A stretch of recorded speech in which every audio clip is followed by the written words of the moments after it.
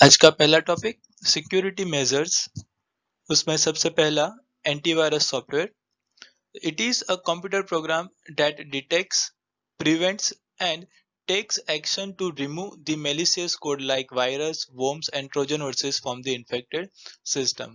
तो antivirus software एक computer program है जो हमारे इन्फेक्टेड सिस्टम के अंदर रहे वायरसेस, वर्म या फिर ट्रोजन्स हॉर्स को रिमूव करता है, उसके ऊपर कोई ना कोई एक्शन लेता है और जो भी वायरसेस होगा वो वायरस को हमारे सिस्टम में एंटर होने से वो रोकता है। The problems and damages that are caused by an infection can be extremely varied। The most common way a system is attacked is through infected attachment to email। सबसे easy way है कि कोई भी ईमेल के through attachment के साथ हमारे system के अंदर वायरसेस एंटर करा सकते हैं।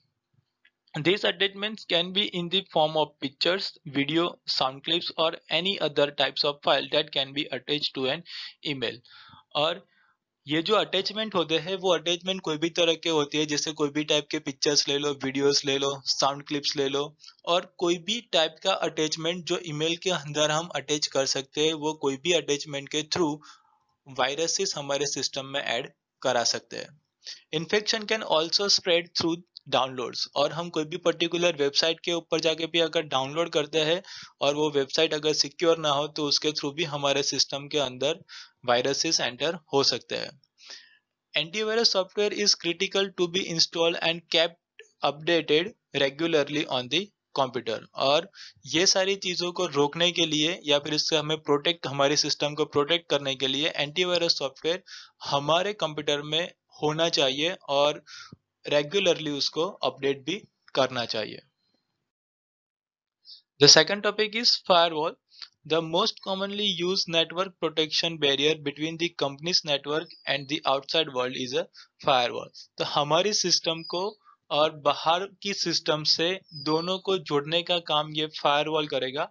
The primary goal of a firewall is to keep intruders away from the company's e-commerce infrastructure।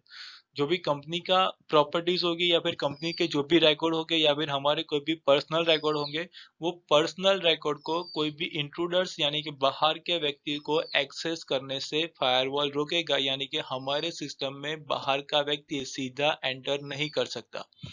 It ensures that the company's crucial data is kept safe and not accessed by the intruders. तो firewall का काम ही यही है कि वो हमारी company का जो भी सीक्रेट डेटा है, क्रूशियल डेटा है, वो उसको सेफ रखना है और कोई भी बाहर का व्यक्ति हमारे सिस्टम में एंटर होके हमारे वो डेटा देख ना ले या फिर उसको कॉपी पेस्ट ना करे। उसका काम फायरवॉल का यही रहेगा कि वो प्रोटेक्ट करेगा हमारे क्रिटिकल या फिर क्रूशियल डेटा को। A firewall protects the local network against the following. First one is email services that sometimes creates problem। Unauthorized person gaining access to a local network। Email service जो भी कुछ कभी कभार हमें problems करती है वो उससे रोकेगा। अनऑथोराइज पर्सन हमारे लोकल नेटवर्क को एक्सेस करने का वो ट्राई करेगा। Protect from any type of network attack. कोई भी हमारे नेटवर्क के ऊपर अगर अटैक करता है, उसको हैक करने की कोशिश करता है, तो फायरवॉल सबसे पहले उसको वो रोकेगा। अनऑथोराइज डेटा और information living the companies network. जो भी हमारा कंपनी का डेटा है वो कंपनी के नेटवर्क के थ्रू बाहर जाने से ये रोकेगा। हमारी कोई भी इंफॉर्मेशन अनऑथोराइज पर्सन वो हमारी परमिशन के बिना वो एक्सेस नहीं कर पाता। ये सारा काम फायरवॉल करता है। फायरवॉल ये सारी चीजों को प्रोटेक्ट करता है और जो भी बाहर का व्यक्ति है, जो भी इंट्रूडर्स है, वो इंट्रूडर्स को ये सारी चीजें को होने से ये रोकता है। Third one is digital certificate. It is issued by a trusted third party to establish the identity of the holder। और ये डिजिटल सर्टिफिकेट इश्यू करेगा ट्रस्टेड थर्ड पार्टी किसी भी होल्डर की, यानी कि जो भी सामने वाला पर्सन होगा उसकी आइडेंटिटी के लिए ट्रस्टेड थर्ड पार्टी वो इश्यू करेगा digital certificate. The third party who issued certificate is known as a certification authority. और वो जो थर्ड पार्टी है जो सर्टिफिकेट इश्यू करता है उसको हम सर्टिफिकेट अथॉरिटी के नाम से जानेंगे। It contains the holder name, a serial number, expiration date, a copy of the public key and the digital signature of the authority so that a receiver can verify that this certificate is real. और certificate के अंदर आपको जो भी certificate holder होगा उसका नाम देखने को मिलेगा, एक सीरियल नंबर होगा, एक्सपायरेशन डेट होगी, एक पब्लिक की वहां पे कॉपी होगी, डिजिटल सिग्नेचर होगा, ये सारी चीजें वहां पे सर्टिफिकेट के अंदर ही होगी। दैट्स वाई जो भी रिसीवर वो मैसेज रिसीव करेगा तो वो सर्टिफिकेट के साथ उसको पता चलेगा कि सर्टिफिकेट रियल है, कोई फेक सर्टिफिकेट हमें नहीं आया। It contains the holders name, a serial number, expiration date, a copy of the certificate holder's public key. It is used for encrypting messages and digital signature and the digital signature of the certification authority so that a receiver can verify that the certification is real. और इसी certificate के सारे हमारा जो भी message होगा वो encrypt form के अंदर मैसेज जाएगा, वहां पे जिसने मैसेज सेंड किया उसकी एक डिजिटल सिग्नेचर होगी और साथ साथ में सर्टिफिकेशन अथॉरिटी यानी कि जिसने सर्टिफिकेट प्रोवाइड किया है उसका भी एक सिग्नेचर वहां पे डिजिटल सिग्नेचर होगा। डेट्स वाई पता चलेगा कि सर्टिफिकेट जो भी हमारे पास आया है या फिर जो भी मैसेज आया है सर्टिफिकेट के साथ वो क्या है, रियल है, कोई भी फेक मैसेज नहीं है। Fourth one is cryptography. It is an art of protecting the information by transforming it into an unreadable form. तो क्रिप्टोग्राफी क्या है, हमारे ओरिजिनल मैसेज को कन्वर्ट करेगा और अनरीडेबल फॉर्म के अंदर वो क्या करेगा, हमारे मैसेज को कन्वर्ट कर देगा। Encryption is the transformation of normal text known as a plain text, यानी कि हमारा जो भी नॉर्मल मैसेज होगा उसको हम यहाँ पे प्लेन टेक्स्ट के नाम से जानेंगे इनटू अनरीडेबल और secret text known as a cipher text using the encryption algorithm. यानी कि हमारा जो नॉर्मल मैसेज होगा वो नॉर्मल मैसेज को हम यहाँ पे अनरीडेबल फॉर्म यानी कि हमारा यहाँ पे साइफर टेक्स्ट के अंदर हम कन्वर्ट करेंगे through out the encryption algorithm. A secret key is used to encrypt and decrypt a message। और ये हमारा जो नॉर्मल मैसेज है उसको कन्वर्ट करने में यानी कि अनरीडेबल फॉर्म में लाने के लिए और अनरीडेबल फॉर्म में से फिर रीडेबल फॉर्म में लाने के लिए हम यहाँ पे एक सीक्रेट की का यूज करेंगे, यानी कि हमारे मैसेज को एनक्रिप्ट और डिक्रिप्ट करने के लिए हम सीक्रेट की का यूज करेंगे। It does not hide the text but converts it into other text that does not making any mean. तो यहाँ पे क्रिप्टोग्राफी के अंदर ये जो भी हमारा मैसेज हो वो मैसेज हाइड नहीं होता मगर उसको एक अनरीडेबल फॉर्म के अंदर वो मैसेज को क्या कर देगा, कन्वर्ट कर देता है जिसका कोई एक्चुअली मीनिंग नहीं रहता। When the encrypted message is received by the receiver, it needs to be decrypted। और जो भी हमारा मैसेज है वो रिसीवर के पास पहुंच जाता है तो रिसीवर को सबसे पहला काम यही करना है कि हमारे मैसेज को कन्वर्ट करके रीडेबल फॉर्म के अंदर करना है। Decryption is the reverse of encryption. तो जो भी डिस्क्रिप्शन की प्रोसेस है वो डिक्रिप्शन की प्रोसेस एनक्रिप्शन का उल्टा प्रोसेस है, यानी कि एनक्रिप्शन के अंदर हमारे नॉर्मल मैसेज को हम अनरीडेबल फॉर्म के अंदर करते हैं और जब भी हमें डिक्रिप्शन करना हो तो वो अनरीडेबल मैसेज को हमें रीडेबल मैसेज के अंदर कन्वर्ट होना है। It is it is the transformation of encrypted text back into a normal text, यानी कि हमारा जो भी एनक्रिप्टेड टेक्स्ट होगा उसको हमें नॉर्मल टेक्स्ट के अंदर से कन्वर्ट करना है। यहाँ पे बाजू में जो इमेज दी है यहाँ पे ऊपर पूरी अल्फाबेट आपको दो कॉलम में सबसे दो लाइन में ऊपर आपको देखने को मिलेगा जो जहाँ पे ROT13 लिखा हुआ है। तो फर्स्ट लाइन के अंदर 13 अल्फाबेट्स आपको दिखते हैं और सेकंड लाइन के अंदर वापिस आपको 13 अल्फाबेट्स दिखेंगे।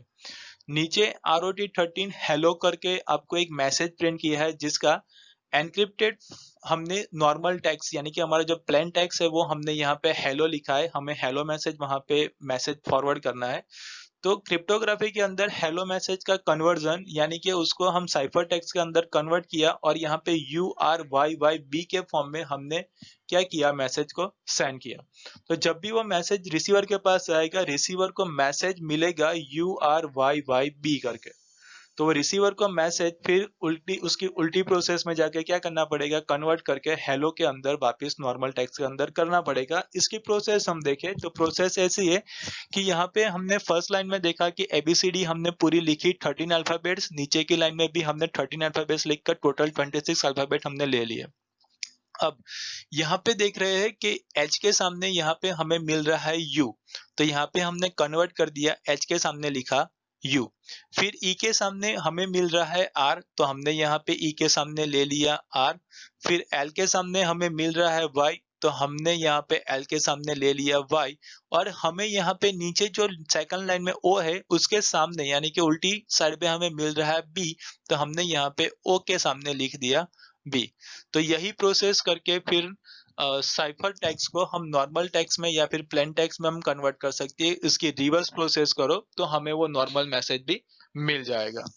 तो इसे हम कहेंगे क्रिप्टोग्राफी, कि आप कोई भी टाइप का कॉम्बिनेशन यूज करके अपने नॉर्मल मैसेज को कन्वर्ट करके आप यहाँ पे साइफर टेक्स्ट के अंदर आप यहाँ पे ले सकते हो। सिर्फ सेंडर और रिसीवर को पता होगा कि ये एक्चुअली कन्वर्जन कैसे होता है। सेंडर ने जिस हिसाब से कन्वर्जन करके मैसेज सेंड किया है उसकी उल्टी प्रोसेस करके रिसीवर को मैसेज को वापस से नॉर्मल टेक्स्ट में कन्वर्ट करना है। Next, fifth one is secure socket layer, that means SSL. The user would want this data to be protected when in transit over a public network. SSL protocol is used for securing the web transaction on the internet. और SSL protocol का use हम जब भी web transaction करते हैं internet के through, तब हमारे पेमेंट मेथड्स या फिर हमारे जो भी ट्रांजेक्शन को सिक्योर करने के लिए हम SSL प्रोटोकॉल का यूज करते हैं। It was developed by the Netscape, तो SSL प्रोटोकॉल को डेवलप किया है नेटस्केप नाम की कंपनी ने।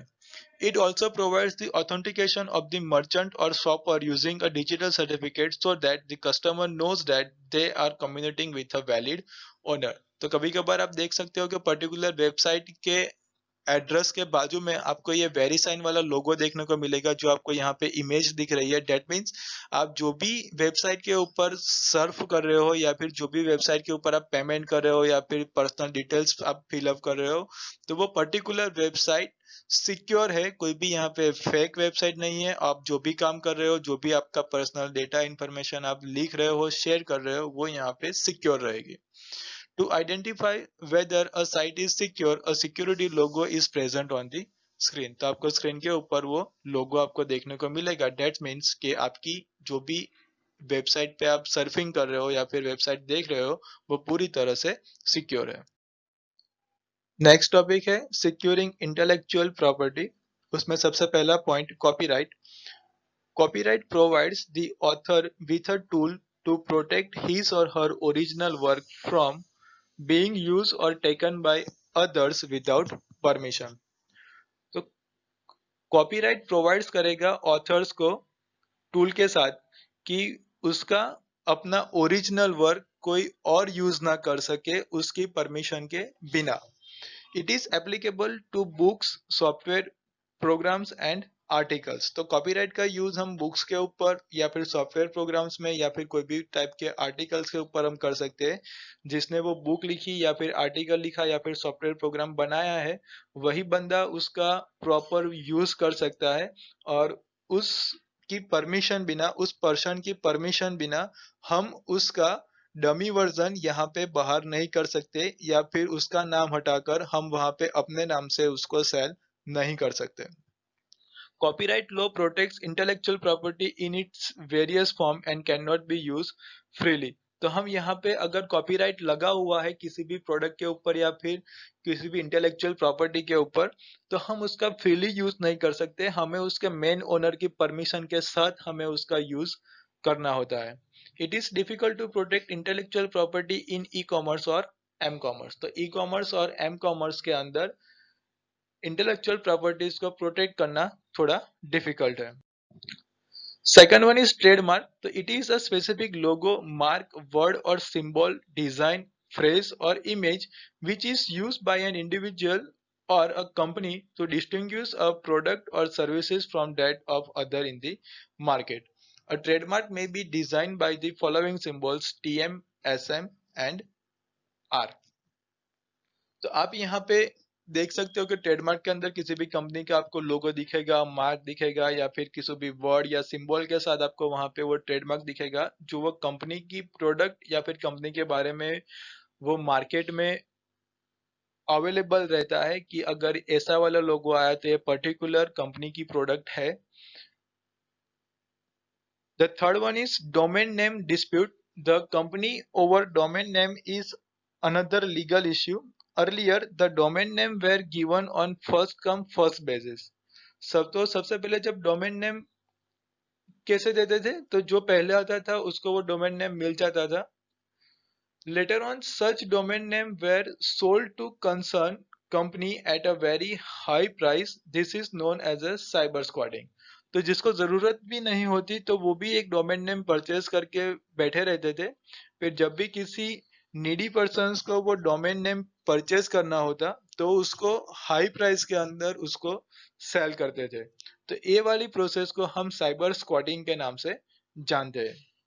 Another problem is name changing, where someone register purposely misspell variation of well-known domain names. तो सबसे कॉमन चीज है इसके अंदर कि कोई भी रेप्यूटेड कंपनीज है तो कंपनी के नाम के स्पेलिंग के अंदर माइनर करेक्शन करके या फिर मिसस्पेल करके उसको क्या करते हैं, अलग नाम से वहां पे वो रजिस्टर कर देते हैं। नेक्स्ट टॉपिक है प्रोटेक्टिंग इंटेलेक्चुअल प्रॉपर्टी। उसमें सबसे पहला point stenography. Stenography is the process of hiding information with in other information. तो एक इंफॉर्मेशन के अंदर दूसरे इंफॉर्मेशन हाइड करने की प्रोसेस को हम स्टेनोग्राफी कहेंगे। The information in the file if not protected can be use for any malicious purpose. अगर हमने इंफॉर्मेशन हमारी हाइड नहीं की होगी तो वो कोई भी malicious पर्पस के लिए हमारी वो इंफॉर्मेशन यूज हो सकती है। It works by replacing unused data in computer files such as the image, sound or text with invisible information। तो हम स्टेनोग्राफी की प्रोसेस हम कंप्यूटर में रही कोई भी फाइल के साथ कर सकते हैं, जैसे कि इमेज के साथ, साउंड के साथ या फिर कोई भी और टेक्स्ट के साथ। हम उसको इनविजिबल इंफॉर्मेशन के अंदर यानी कि हाइडिंग प्रोसेस के थ्रू हम उसको सेंड हम कर सकते हैं। This hidden information can be plain text, cipher text और even images।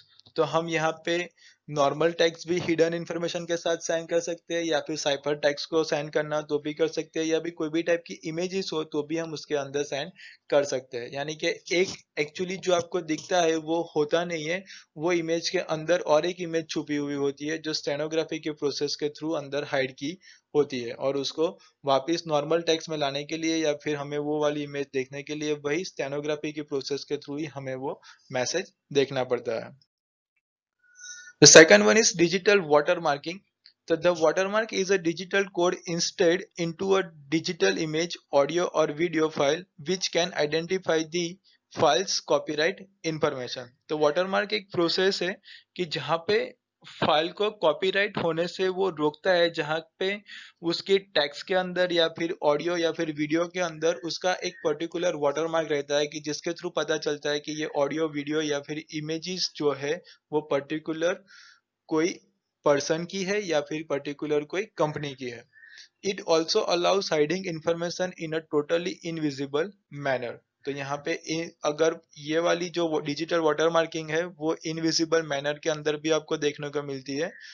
Earlier artist use to creating sign their painting with a brush to claim copyright. Earlier जो भी आर्टिस्ट थे वो अपनी पेंटिंग को कॉपीराइट से बचाने के लिए या फिर अपने पेंटिंग को क्लेम करने के लिए वहां पे वो क्या करते थे, पेंटिंग के अंदर ही अपने ब्रश के साथ वो क्या करते थे, क्रिएटिविटी वहां पे करते थे और डिजिटल साइन या फिर अपना कुछ लोगो वहां पे पेंटिंग के अंदर ही वो लोग छोड़ते थे।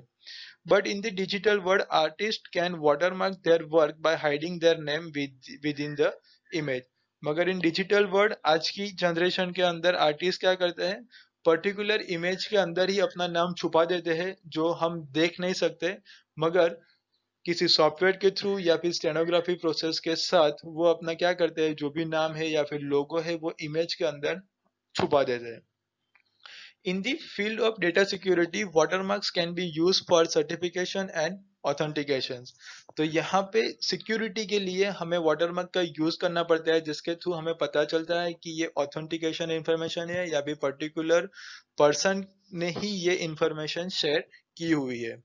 A visible digital watermark can be added to any image using photo editor tools like GI MP।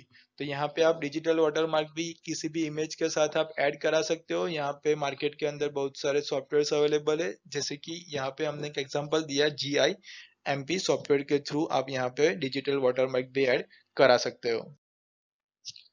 Next topic है पेमेंट इन ई कॉमर्स और एम कॉमर्स। हम ई कॉमर्स और एम कॉमर्स में कैसे पेमेंट कर सकते हैं वो हम देखें तो सबसे पहला है पेमेंट कार्ड, उसके अंदर है सबसे पहला क्रेडिट कार्ड। तो this is one of the most popular and widely accepted method of payment on the internet। तो इंटरनेट के ऊपर ये सबसे कॉमन या फिर सबसे बढ़िया तरीका है कि हम कोई भी पेमेंट करना हो तो हम क्रेडिट कार्ड के थ्रू हम कर सकते हैं।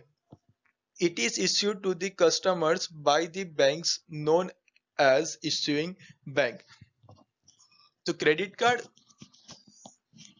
बैंक इश्यू करेगा, जिसको हम यहाँ पे इश्यूइंग बैंक के नाम से जानेंगे। क्रेडिट कार्ड के एग्जांपल दिए यहाँ पे मास्टर कार्ड और visa card. Depending upon the customers credit history and income level, credit limits are provided, and up to that limit the customer can spend and pay to the issuing bank within the billing period।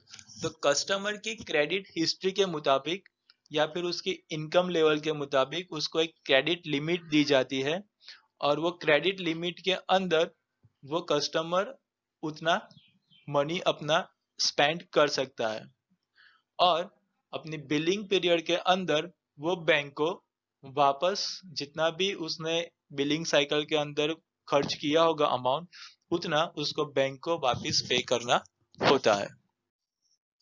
Credit cards are like link to a bank account, और जो भी हमारा credit card होता है वो bank account के साथ, हमारा बैंक अकाउंट के साथ वो लिंक होता है।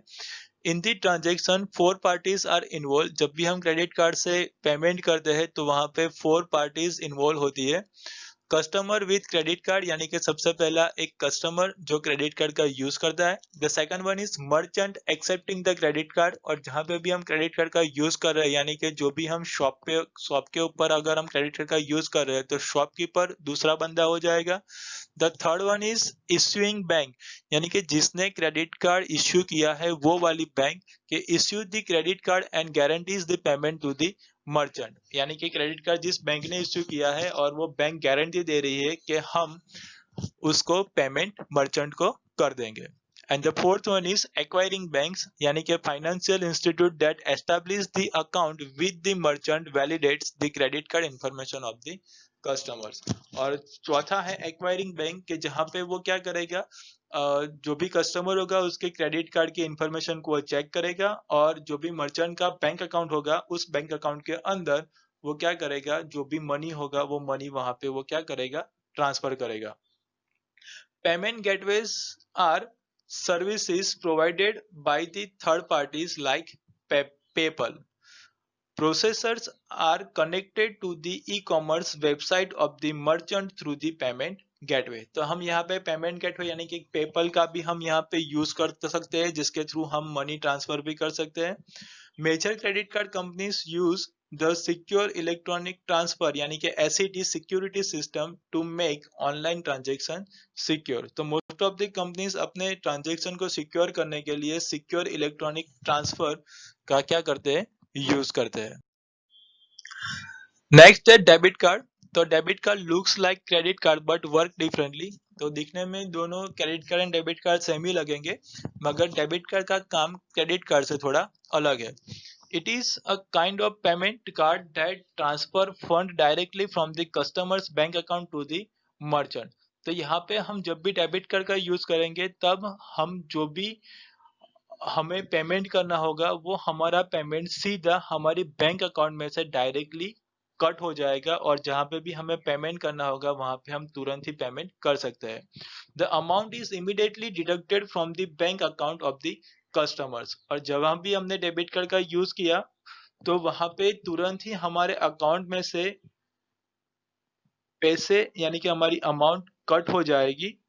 The debit card can keep the customer purchase under a limit and do not allow him to exceed beyond his or her budget. तो डेबिट कार्ड हमें लिमिट के अंदर परचेज करने के लिए सिखाता है और हमें लिमिट के बाहर वो परचेज करने का अलाउ नहीं करता, यानी कि जब तक हमारे बैंक अकाउंट में पैसे है हम डेबिट कार्ड के थ्रू परचेज कर सकते हैं। ओके, और जब भी क्रेडिट कार्ड की बात करो तो क्रेडिट कार्ड के अंदर हमें एक लिमिट के अंदर वो पैसे खर्च करने के लिए अलाउ करता है, भले ही हमारे अकाउंट में जीरो बैलेंस हो, मगर जब तक हमने वो लिमिट वहां पे हम पहुंच नहीं जाते तब तक वो हम उसका क्रेडिट कार्ड का यूज करके हम पेमेंट कर सकते हैं। और डेबिट कार्ड के अंदर जब तक हमारे बैंक अकाउंट के अंदर पैसे हो तब तक हम वहां पे पेमेंट कर सकते हैं। बैंक अकाउंट के अंदर पैसे खत्म तो डेबिट कार्ड के थ्रू हम कोई भी पेमेंट नहीं कर सकते। The third one is smart cards. Smart cards have a microchip embedded in their surface. तो वहां पे एक माइक्रोचिप लगी हुई होती है। It contains users private information such as account information, health insurance information, private key, etc. It can store 100 times more information than a normal card. तो वो चिप के अंदर आपको उस पर्सन की प्राइवेट इंफॉर्मेशन जैसे कि account information, health insurance information, private की एक्सेट्रा वहां पे स्टोर की होती है और ये बाकी के नॉर्मल कार्ड से 100 टाइम्स ज्यादा इंफॉर्मेशन वो स्टोर करता है। They are much safer than the credit card or debit card as the information stored in the smart card is encrypted. A smart card reader is required to read information or add data to it. और ये smart card chip के अंदर आपको data add करना हो या फिर वो डेटा रीड करना हो तो आपके लिए वो स्मार्ट कार्ड रीडर आपके पास होना चाहिए।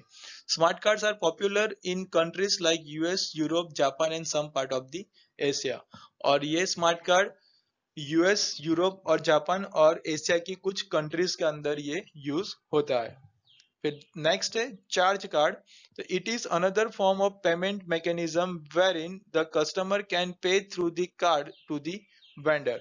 The charge card does not carry any spending limit. तो यहाँ पे भी हमें पेमेंट करने के लिए हम चार्ज कार्ड का यूज कर सकते हैं और चार्ज कार्ड के अंदर यहाँ पे कोई भी लिमिट नहीं है, हमें जितना स्पेंड करना हो उतना हम मनी स्पेंड कर सकते हैं। The customer has to pay the total amount used at the end of the billing period to the companies that has issued the card. और ये कार्ड जिस कंपनी ने इश्यू किया है तो उसके बिलिंग पीरियड के अंदर हमने जितना भी पूरे मंथ के अंदर जितने भी अमाउंट पे की होगी उसका पूरा पेमेंट हमें बिलिंग साइकिल के अंदर करना पड़ता है, यानी कि ड्यू डेट तक हमें पूरा पेमेंट करना पड़ता है। If the total amount is not paid back then the customer has to pay a late fee. और अगर हम बिलिंग साइकिल के अंदर हम पूरी अमाउंट पे नहीं कर पाते तो हमें लेट फी के साथ हमें अमाउंट पे करनी होती है। नेक्स्ट टॉपिक है नेट बैंकिंग। तो it can be used by customer who have bank accounts enable with internet banking. तो नेट बैंकिंग का यूज वो कस्टमर्स करता है कि जिसने अपने बैंक अकाउंट के साथ इंटरनेट बैंकिंग एक्टिव किया हुआ है। The bank provides the net banking password to the customer for operating the account from internet including the payment for online purchases। तो यहाँ पे बैंक अपने कस्टमर्स को नेट बैंकिंग के लिए पासवर्ड प्रोवाइड करता है और उसी पासवर्ड के साथ अपने अकाउंट में लॉगिन होने के बाद वो कोई भी पेमेंट करना हो या फिर पेमेंट का ट्रांजेक्शन देखना हो या फिर अकाउंट के रिगार्डिंग कोई भी इंफॉर्मेशन चेक करनी हो तो वो वहां पे चेक कर सकता है। Many of the e-commerce or m-commerce website provides the facility to make the payment using a net banking। और ई कॉमर्स और एम कॉमर्स की जो भी वेबसाइट्स है अवेलेबल तो वो वेबसाइट के अंदर आपको अगर पेमेंट करना हो तो पेमेंट के अंदर आपको नेट बैंकिंग का भी ऑप्शन देखने को मिलता है। The transaction and transfer of the amount can be performed from the user's account of the merchant।